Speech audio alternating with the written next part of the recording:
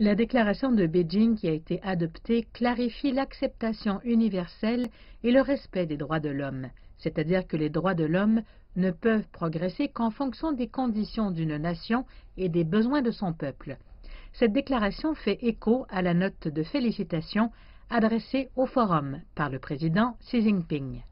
Le président Xi Jinping a invité la communauté internationale à respecter et à réfléchir sur la volonté des peuples des pays en développement quant à l'évolution des droits de l'homme.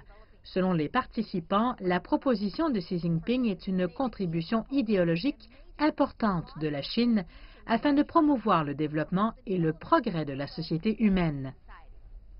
Le message du président Xi est clair et très puissant, c'est le respect de la dignité humaine. Ce sont de très sages paroles.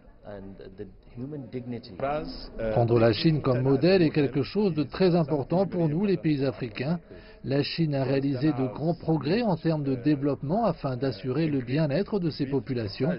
C'est un exemple, une référence qu'il nous faut suivre. La déclaration de Beijing souligne que la coopération Sud-Sud est un moyen important de promouvoir le développement et la progression des droits de l'homme dans les pays en développement. Certains disent que la philosophie de développement centrée sur la population en Chine mérite d'être apprise des autres pays en développement.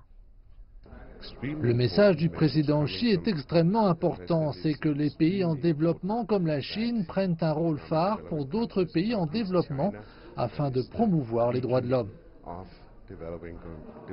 En ce qui concerne les différences en matière de droits de l'homme entre pays développés et pays en développement, de nombreux participants affirment que le monde devrait disposer d'une plateforme de communication partagée.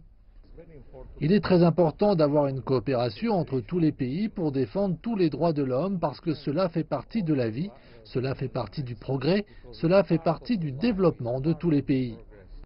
La réalisation des droits de l'homme est un processus sans fin. Malgré ou à cause des différences et des confrontations, des dialogues comme celui-ci sont devenus nécessaires.